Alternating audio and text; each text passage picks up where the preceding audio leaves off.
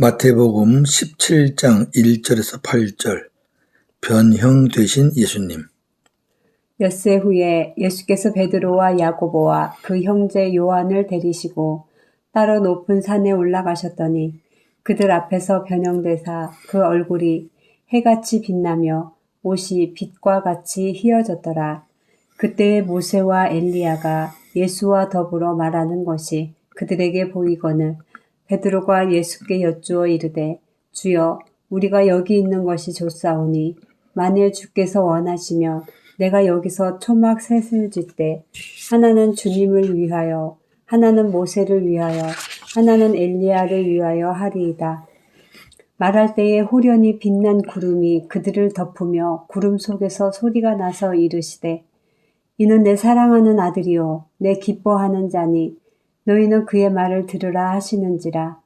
제자들이 듣고 엎드려 심히 두려워하니 예수께서 나와 그들에게 손을 대시며 이르시되 일어나라 두려워하지 말라 하시니 제자들이 눈을 들고 보매 오직 예수 외에는 아무도 보이지 아니하더라. 아멘. 주제 변형되신 예수님. 너희는 그의 말을 들으라.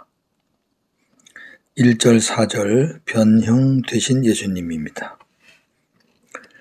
예수님은 가이사랴 빌립보에서의 사역을 마치시고 베드로가 신앙 고백한 그곳입니다. 엿새 후에 제자 중에서 베드로와 야고보 그리고 그 형제 요한을 따로 데리고 기도하시러 높은 산에 올라가셨습니다. 마태복음, 마가복음, 누가복음 이 사건이 다 나옵니다. 종합해서 제가 강의합니다.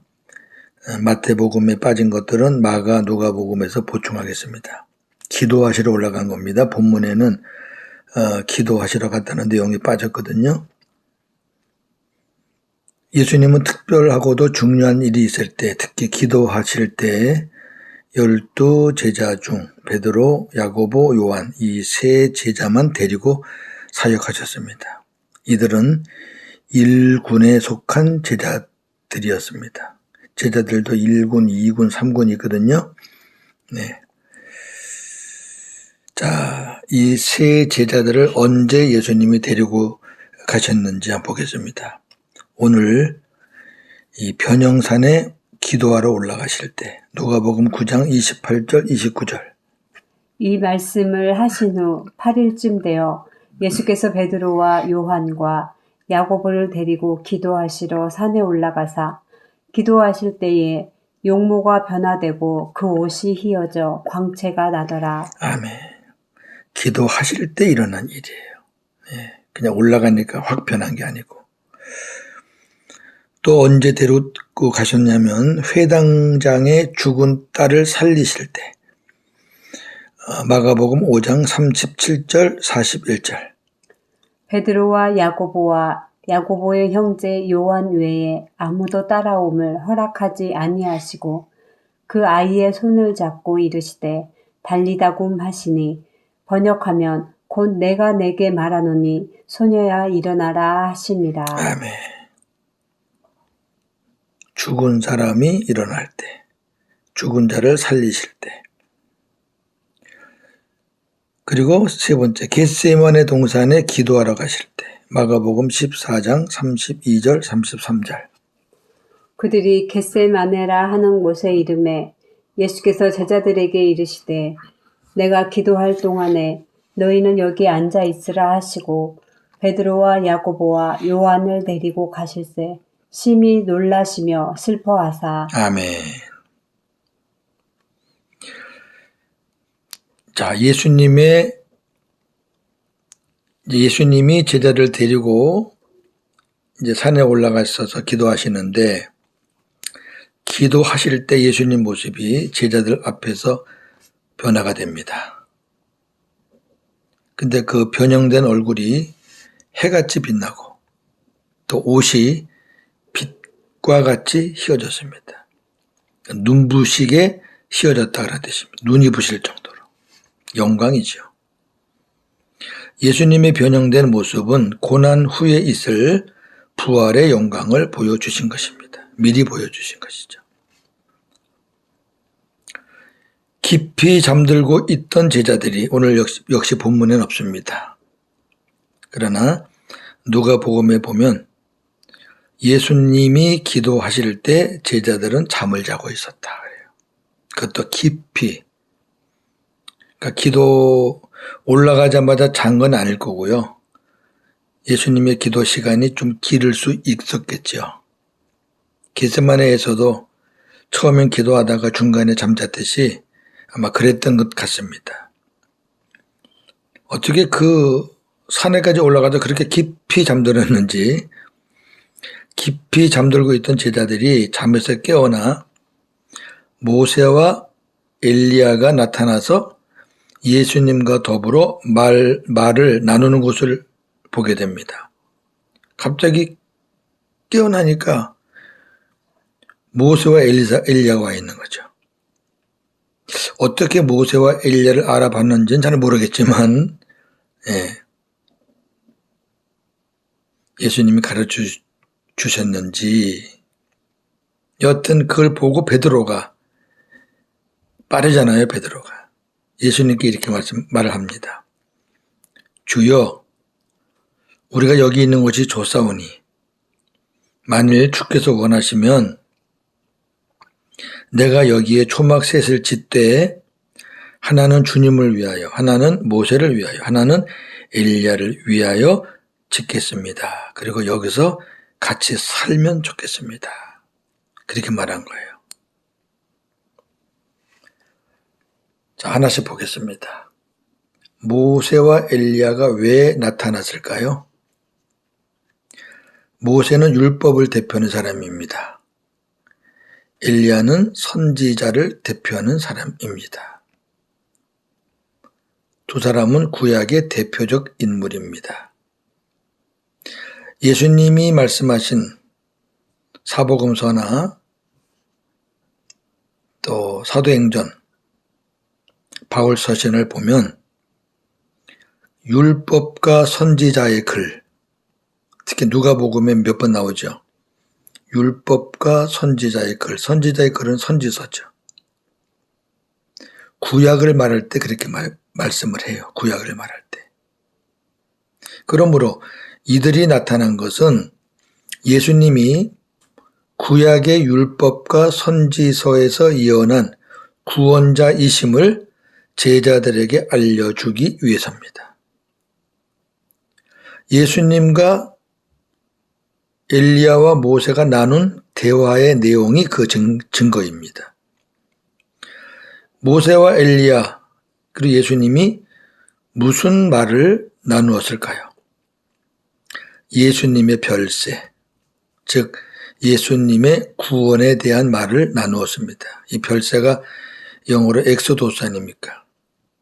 탈출, 출애굽할 때 썼던 단어 구원입니다. 구원에 관한 말을 나누었다. 자, 누가복음 9장 30절 31절. 문득 두 사람이 예수와 함께 말하니 이는 모세와 엘리야라.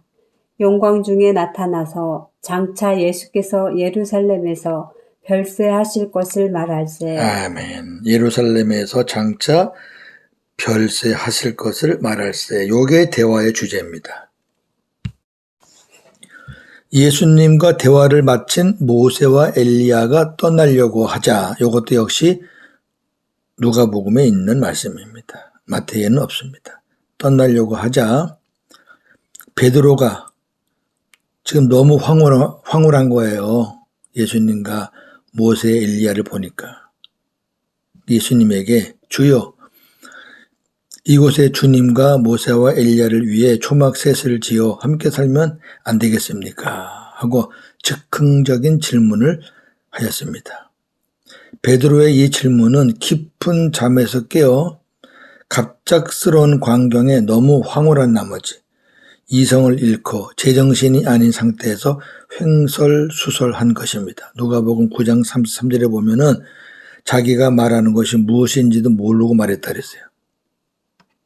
횡설수설한 거죠. 자, 이것이 왜 문제가 되는 발언이냐면요. 예수님은 예루살렘에 올라가셔서 고난을 받으셔야 하나님의 뜻이 이루어지잖아요. 아멘. 근데 베드로는 지금 인간적인 생각으로 여기가 좋사오니 여기서 머물자고 하는 거잖아요. 잘못된 거죠. 예수님은 이 세 제자들에게 기도 훈련을 시키시려고 데리고 다녔지만 그들은 오늘 변형산에서 또 겟세마네 동산에서 참으로 엄청난 순간에 기도하지 않고 늘 졸았습니다. 5절에서 8절 너희는 그의 말을 들으라. 베드로의 말이 채 끝나기도 전에 빛나는 구름이 제자들을 덮었습니다. 그리고 구름 속에서 이는 내 사랑하는 아들이요 내 기뻐하는 자니 너희는 그의 말을 들으라 하는 소리가 들려왔습니다. 제자들은 이 말을 듣고 얼굴을 대고 땅에 엎드려 심히 두려워하였습니다. 마가와 누가는 구름이 제자들을 덮으니 제자들이 두려워했다고 기록하고 있습니다. 마태랑 조금 다릅니다. 마태는 하나님의 음성이 들리니 제자들이 두려워했다고 그랬습니다. 그보다는 마가와 누가의 기록이 더 순서가 맞는 것 같습니다. 황홀했던 광경이 사라지고 갑자기 구름이 감싸니까 두려움이 엄습한 거죠. 그때 구름 속에서 하나님의 음성이 들렸습니다. 이는 내 사랑하는 아들이요 내 기뻐하는 자니 너희는 그의 말을 들으라. 이 하나님의 말씀은 구약에서 이미 약속하신 예수님이 하나님의 사랑하는 아들이고 예수님이 하나님이 기뻐하시는 자라는 것을 확인시켜 주시는 말씀입니다. 자, 보겠습니다. 시편 2편 7절 내가 여호와의 명령을 전하노라. 여호와께서 내게 이르시되 너는 내 아들이라. 오늘 내가 너를 낳았도다. 아멘. 너는 내 아들이라. 히브리서 1장 2장에 보면 이 아들이 예수님을 말씀하는 것이다 라고 해석해 주고 있습니다. 이사야 42장 1절 내가 붙드는 나의 종, 내 마음에 기뻐하는 자, 곧 내가 택한 사람을 보라. 내가 나의 영을 그에게 주었은즉 그가 이방의 정의를 베풀리라. 아멘. 내 마음에 기뻐하는 자, 곧 내가 택한 사람, 예수님을 가르치죠. 제자를 비롯한 유대인들에게 있어서 모세와 엘리야는 참으로 위대한 인물들입니다. 하나님은 그러한 제자들에게 예수님이 그들보다 더 위대한 분이라는 것을 말씀하신 것입니다. 두려움에 떠는 제자들에게 예수님께서 가까이 오셔서 손을 대시며 일어나라, 두려워하지 말라고 위로해 주셨습니다. 제자들이 눈을 들어보니 예수님 외에는 아무도 보이지 않았습니다. 눈에 보이는 것들, 보였던 것들, 영광스럽게 변형되었던 예수님의 모습, 모세와 엘리야, 빛나는 구름 등 모든 것이 다 사라지고 오직 자기들과 함께 계셨던 그 예수님의 모습만 보였습니다. 이는 너희가 본 것이 꿈이 아니고 지금 생시라는 것을 알려주시며 하나님의 말씀대로 오직 예수님만 바라보고 그의 말에 순종하고 그를 따르라는 것입니다. 자, 오늘 이 말씀을 정리하면 이렇습니다. 하나님께서 제자들에게 예수님의 변형된 모습을 보여주신 이유가 무엇일까? 5가지입니다. 첫째, 예수님이 구약에서 약속한 메시아, 구원자이심을 확인시켜 주시기 위해서 그래서 모세와 엘리야를 동원했습니다. 두 번째, 예수님이 하나님의 아들이심을 확신시켜 주시기 위해서 하나님이 직접 말씀으로 확인시켜 주셨습니다. 세 번째, 예수님이 십자가에 죽으신 후 영광스럽게 부활하신다는 것을 보여주시기 위해서 변형된 모습이 예수님이 부활을 하실 영광의 모습입니다. 네 번째, 예수님만 바라보고 예수님의 말씀만 듣고 따라가게 하기 위해서 하나님께서 직접 말씀으로 그의 말을 들으라고 하셨습니다. 다섯 번째, 구약의 율법도 사라지고 선지자도 사라지고 예수님만이 오직 구원자라는 것을 말씀하시기 위해서입니다. 할렐루야. 베드로는 변형산에서의 영광스러운 광경을 잊지 못하고 훗날 서신서를 기록하며 이렇게 회상하였습니다. 베드로 후서 1장 16절 18절을 보겠습니다. 우리 주 예수 그리스도의 능력과 강림하심을 너희에게 알게 한 것이 교묘히 만든 이야기를 따른 것이 아니요 우리는 그의 크신 위엄을 친히 본 자라. 지극히 큰 영광 중에서 이러한 소리가 그에게 나기를 이는 내 사랑하는 아들이요 내 기뻐하는 자라 하실 때에 그가 하나님 아버지께 존귀와 영광을 받으셨느니라.